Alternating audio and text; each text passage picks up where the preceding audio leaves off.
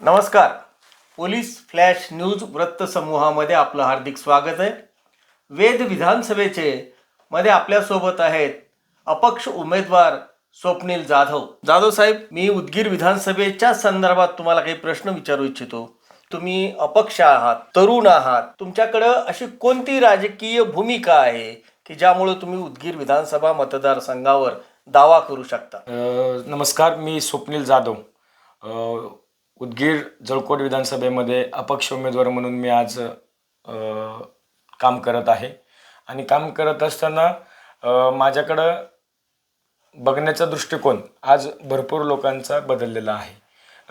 काल परवाच मी मनोजदादा जरांगे पाटील यांच्या भेटीला गेलो होतो आणि अधिकृत घोषणा जरी झाली नसेल तर जाहीर पाठिंबा मला आज पाटील साहेबांनी सांगितलं की ज्या उमेदवाराला तुमचं ऐकणार आहे आणि तुमच्याशी एकनिष्ठ राहणार आहे तर त्या उमेदवाराला तुम्ही पाठिंबा द्या.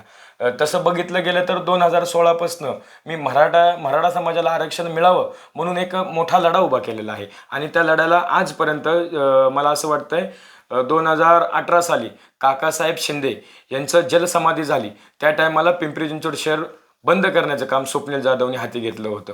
त्यावेळेस गुन्हेही दाखल झाले होते आणि त्यानंतर समाजामध्ये एक प्रतिष्ठेचं वातावरण निर्माण करण्याचा प्रयत्न मी केला. आज उदगीर जळकोट विधानसभेमध्ये मी इच्छुक उमेदवारांमध्ये अपक्ष उमेदवारी अर्ज भरणार आहे.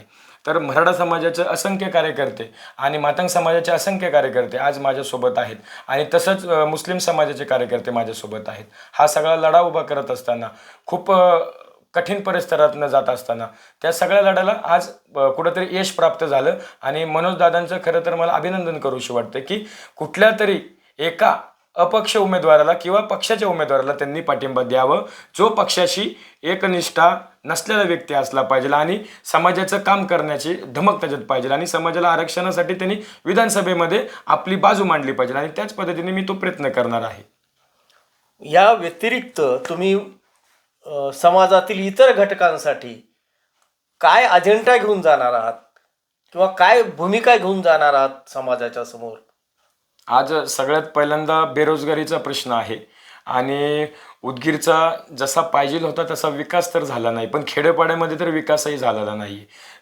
आज आपल्याला शिक्षण जिथं घ्यायचं आहे, आज जिथं माझे आजोबा शिकले तिथं माझे वडील शिकलेत आणि पुढची पिढी इथं शिकत आहे. म्हणजे माझ्या गावात एक शाळा आहे, कितीही वर्षाची शाळा, ती शाळा आता मला वाटते 40-50 वर्ष झाले त्या शाळेमध्ये सगळे विद्यार्थी तिथूनच मोठे झालेत. कधीही त्या प्रस्थापित राजकीय लोकांना वाटलं नाही की ती शाळा पाडून तिथं शाळा बांधावी.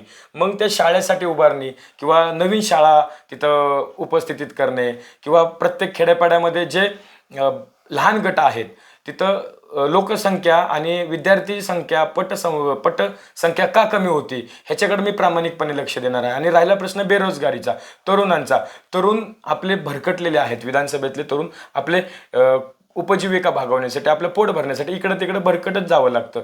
त्यासाठी आपल्याला इथं कमीत कमी इथं MIDC आणण्याचा प्रयत्न मी त्या पद्धतीने करणार आहे. आणि आजकालचे मुलं कम्प्युटर झालं, मोबाईल झालं, या यंत्रणाशिवाय त्यांना दुसरं काही दिसतच नाही. त्याच्यासाठी मी माळे परग्या इथे म्हणजे क्रीडाचा एक नवीन संकल्पना तयार केली. तिथं मी एक टोर्ना मॅच एक क्रिकेट स्पर्धा मी तिथं भरवलेली आहे आणि त्याच क्रिकेट स्पर्धेमध्ये भरपूर तरुण वर्ग तिथं एकजूटने येतोय आणि तो एकजूट असलेला तरुण सर्व माझ्या पाठीशी आहे. आणि अशी उभारणी करतो मी छोट्या छोट्या खेड्यापाड्यात जाऊन आणि तिथं सगळ्यांना मार्गदर्शन देऊन की बाबा आपल्याला कसा विकास पाहिजे. इथं MIDC आल्यानंतर तुमचे लोक पुण्या मुंबईला जाण्याचं त्यांना आवश्यकता पडणार आहे का, ते इथंच काहीतरी त्यांची उपजीविका भागवण्यासाठी रोज आपल्या घरी येतील असा एक उपक्रम मी राबवतोय साहेब.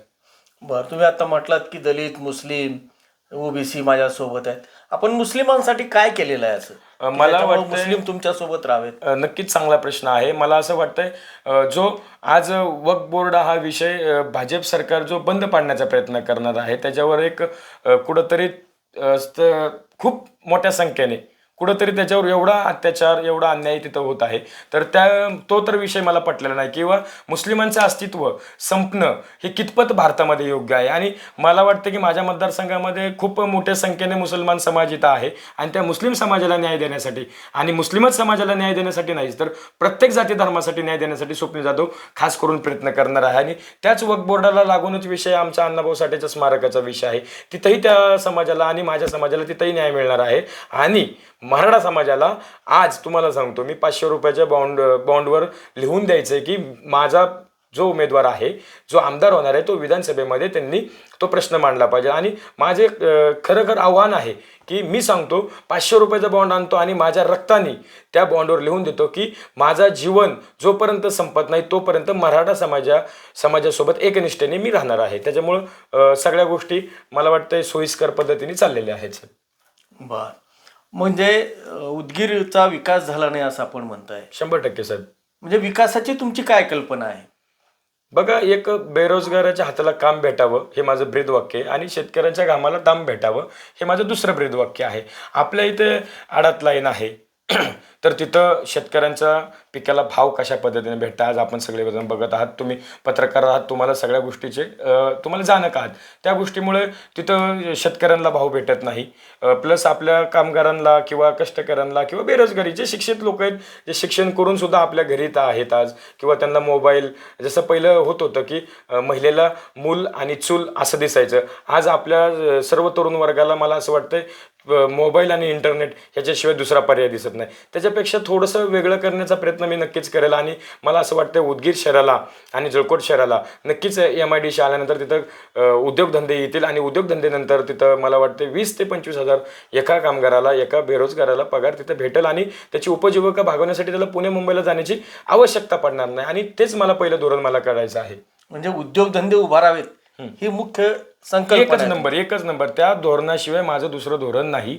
आणि सर्व मराठा असेल, मातंग असेल, मुस्लिम असेल, दलित असेल, या सकल समाजाने माझ्या पाठीशी थांबून, आणि जो मी त्यांच्यासाठी लढा उभा करणार आहे त्या लढ्याशी मला फक्त त्यांनी आशीर्वाद द्यावा. बाकीची सगळी भूमिका मी स्पष्ट करेलच तुमच्यासमोर सगळं. अच्छा, म्हणजे कोणत्याही पक्षाची बांधील राहणार नाहीत तुम्ही?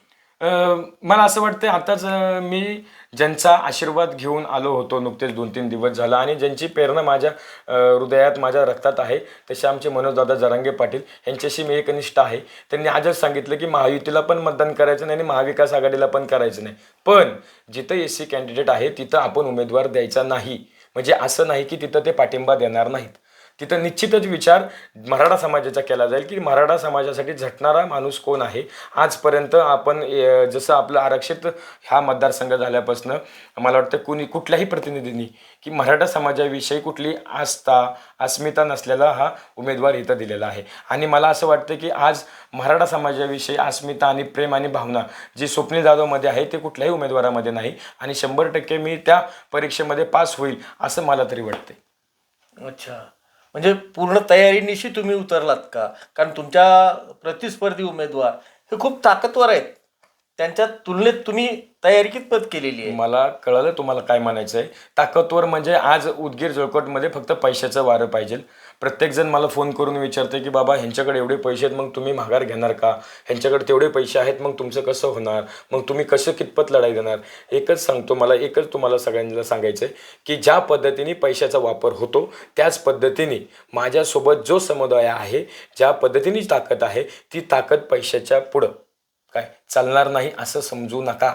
ती ताकद पैशाला फेल करेल, ती ताकद पैशाला नापास करेल, हेच मी तुम्हाला सांगतो. आणि पैसा सर्वच काय नाही आहे काय. आज आपल्या इथं असंख्य लोकांकडे पैसा आहे, भरपूर आज उमेदवार देखील आहेत, पण ते लोकांची मदत कितपत करू शकतात, कितपत त्यांची नीतिमत्ता आहे हे आपल्याला ह्या येत्या 5-6 दिवसामध्ये पण समजते. आणि गेले 6 महिने झाले आपण बघतोय की ज्या पद्धतीने प्रतिसाद स्वप्नील जाधवला मिळत आहे, ज्या पद्धतीने स्वप्नील जाधव प्रत्येकांच्या घराघरामध्ये आहे, ज्या पद्धतीने स्वप्नील जाधव प्रत्येक जाती धर्माचा विचार करून आज उदगीर जळकोट विधानसभेमध्ये लढवण्याची इच्छा आहे.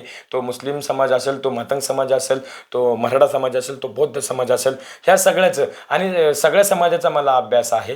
ज्या मला वाटते आपल्या हिंदू धर्माचे सर्व असतील त्या सर्वांना एकत्रित करण्याचा प्रयत्न स्वप्नील जाधव नक्कीच करेल. आणि त्या पद्धतीने पुढं हालचाली चालू होतील आमच्या.